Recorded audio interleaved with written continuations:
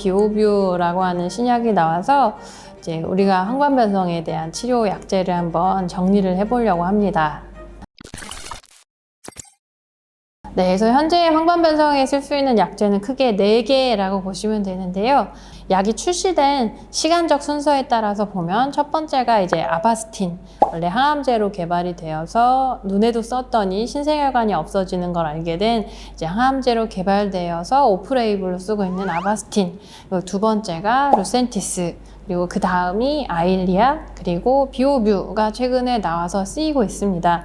이 약제들은 이 VEGF라고 하는 인자에 대한 항체인 것에는 동일한데 각각의 구조가 조금씩 다르고 사이즈가 다르기 때문에 사람에 따라서 더 잘 듣는 약이 있고 또 약의 지속 시간도 각각 달라집니다.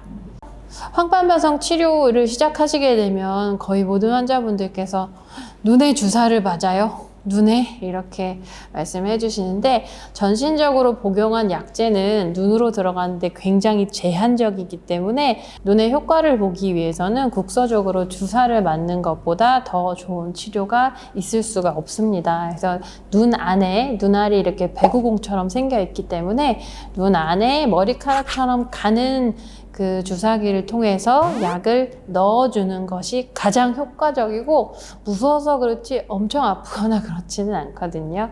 그래서 이제 주사를 맞게 되시면 아바스틴이나 루센티스 같은 경우는 1달 정도 지속이 되고요.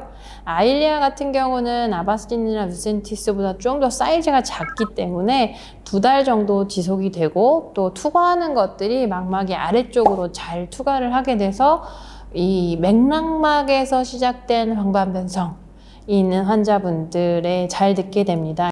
네, 황반변성이 이제 서양에서는 주로 드루젠, 노란 찌꺼기가 쌓이다가 그 찌꺼기 틈을 타고 아래에 있는 혈관들이 자라 들어오는 신생혈관이 생기는 타입이 많다고 하면 우리나라는 맥락막이라고 하는 막막 아래에 있는 혈관들의 혈류가 너무 많아지면서 그 틈을 타고 혈관이 생기는 이제 결절 맥락막 병증. 우리나라에서는 많은 그런 황반변성이 있으신데요.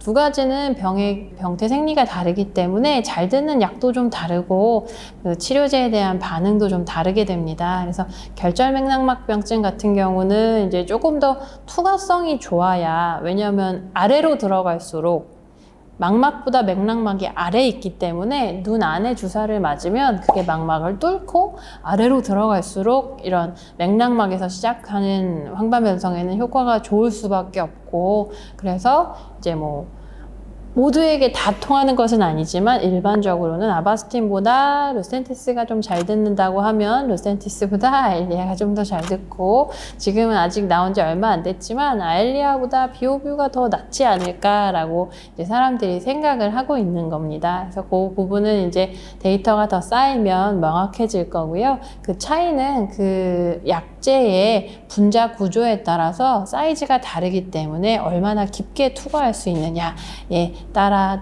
갈린다고 하겠습니다. 그 황반변성, 나 황반변성 주사 맞고 있는데 잘 안 들어. 처음에는 좀 효과가 있었는데 지금은 효과가 점점 없는 것 같아. 우리가 그런 걸 내성이라고 하죠.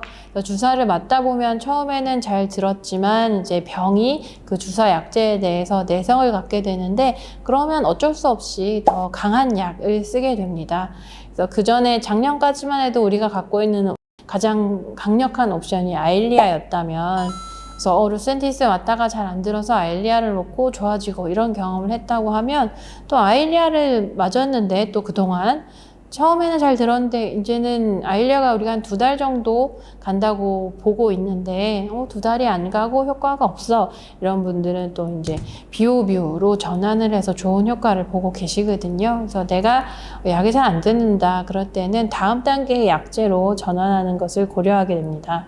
약제 선택 같은 경우는 왜 누구는 아바스틴을 맞고 누구는 아일리아를 맞고 누구는 비오뷰를 맞냐 측면에서는 아까 말씀드린 것처럼 그 사람의 황반변성의 캐릭터에 따라서 더 잘 듣는 약이 있을 수 있기 때문에 의사가 여러 가지 검사를 하고 나서 그 사람이 이 정도에서 시작을 해야겠다 처음부터 아예 센 약을 쓸 필요는 없으니까 요 정도 안 드는 약은 제끼고 들을 정도의 약부터 시작을 해야겠다 이렇게 판단을 하게 되는 거고요.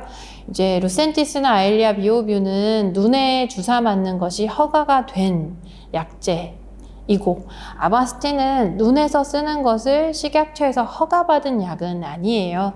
항암제인데 눈에 써도 별 문제가 없는 것을 전 세계적으로 확인을 했기 때문에 오프레이블이라고 하죠. 허가 외 사항으로 우리가 식약처에 신고를 하고 허가를 받아서 이제 분주를 해서 쓰는 약제입니다. 그래서 원래 약의 약가는 루센티스나 아일리아나 비오비가 훨씬 비싸거든요. 한 병당 가격이.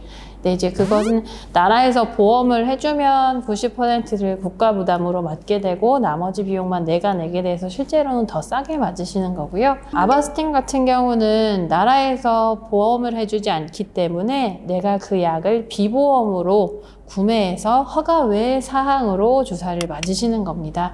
그래서 보면 보험 치료가 아니고 비보험으로 뜨시는 이유는 아바스틴은 국가에서 눈 안에 주사하도록 허가한 약제가 아니기 때문에 그렇고요. 그럼 안정성 면에서는 어떠냐? 사실은 이제 국가적인 측면에서는 주사를 한번 맞을 때 이런 루센티스, 아일리아, 비오브가 90만 원 정도 약값이 150만 원 하는 데 비해서 아바스틴은 사실 비용이 많이 들지 않기 때문에 우리가 제한된 재화 속에서 환자들에게 적절한 치료를 하는 입장에서는 이제 꼭 필요하지 않으면 아바스틴 치료를 맞는 것이 낫다라고 판단하는 경우가 생기는 건 거죠. 그래서 우리 아일리아나 비오뷰나 루센티스 같은 경우는 나라에서 정한 규정이 있습니다. 그래서 이 정도의 병을 보이는 환자에게서 쓸 수 있다라고 하는 허가사항이 있어서 그 허가사항에 해당하시는 분들은 이런 그 눈에 허가받은 약제를 쓰시는 거고요. 근데 나라에서 허가하기를 이 약제를 써도 크게 효과가 있을 것 같지 않다라고 하는 이제 그 범주 안에 들게 되면 이제 아바스틴 치료를 주로 받으시게 되는 거예요. 그래서 그 약제의 선택에 있어서는 내 눈이 어떤 상태이냐에 따라서 이제 여러 가지 옵션이 있고 거기에 맞는 해당하는 치료를 하게 됩니다. 그래서 아바스틴의 안정성 면에서는 사실은 굉장히 오래 쓴 약이고 많은 환자에게서 효과가 있는 약제여서 내가 아바스틴을 맞는다 그래서 엄청 뭐 걱정을 하시거나 그러실 필요는 없고요. 안정성 면에서는 굉장히 오랜 시간 동안 전 세계에서 썼던 약이어서 크게 차이가 나진 않습니다. 근데 특정한 황반 변성일 때에는 다른 특정한 이제 분자 사이즈가 작은 약들이 조금 더 잘 들을 가능성이 있는 정도라고 봐주시면 되겠습니다. 사실 주사를 맞게 되면 거의 매달 아니면 2달 간격, 3달 간격으로 병원에 오셔서 오랜 시간을 기다려서 주사를 맞으시는 게 사실 굉장히 힘드실 것 같은데 그런 면에서는 저희가 진료를 보고 바로 주사를 맞으실 수 있게 물론 제가 계속 왔다 갔다 해야 하는 조금 어려운 점이 있긴 하지만 외래를 보고 주사를 맞자라고 했을 때 바로 이어서 주사방에서 주사를 맞으실 수 있게 진료실 바로 앞에 우리 주사를 맞을 수 있는 주사용 소수술실이 따로 이제 저희가 이사람에서 새로 만들어서요. 그래서 병원에 오셔서 주사를 맞게 되면 그런 너무 오래 기다려야 되고 오전에 진료를 보고 오후에 주사를 맞는 그런 부분들은 최소화할 수 있게 여러 가지로 노력 중입니다. 황반 변성이 눈에 암 걸린 사람 들어보신 적 있으신가요? 근데 정말 드물거든요.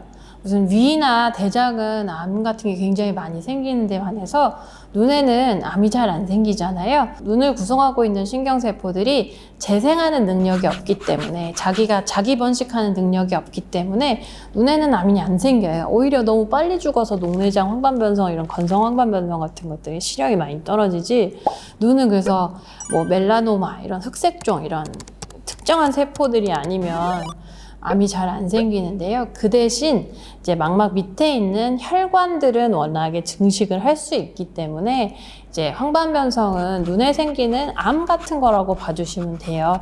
그래서 우리가 그 항암제로 개발된 아바스틴을 황반변성에 쓰는 이유도 어떤 암이 있을 때는 그 암 세포들한테 먹는 걸 갖다 주기 위해서 혈관들이 많이 자라 들어오게 되거든요. 아바스틴 같은 경우는 이런 혈관들이 자라오는 거를 막아주는 역할을 하게 되는데, 황반변성도 마찬가지로 원래 신경에는 그런 혈관들이 없어야 되는데 맥락막에 있는 혈관들이 망막으로 침범해서 올라와서 증식하는 것이 이제 황반변성이어서, 쉽게 이해하시기 위해서는 이런 황반변성이 눈에 생기는 암 같은 거다라고 보시면 되겠습니다. 그래서 항암 치료 같은 걸 하게 되면 굉장히 열심히 하다가 이제 관해한다고 하죠. 이제 활동성이 없어지면 치료를 더 이상 하지 않으시는 것처럼, 황반변성도 처음에 엄청 열심히 주사를 맞다가 활동성이 떨어지시는 시기가 오세요. 그러면 이제 암이 관해가 되는 것처럼 황반변성도 어느 정도 주사를 안 맞고 그냥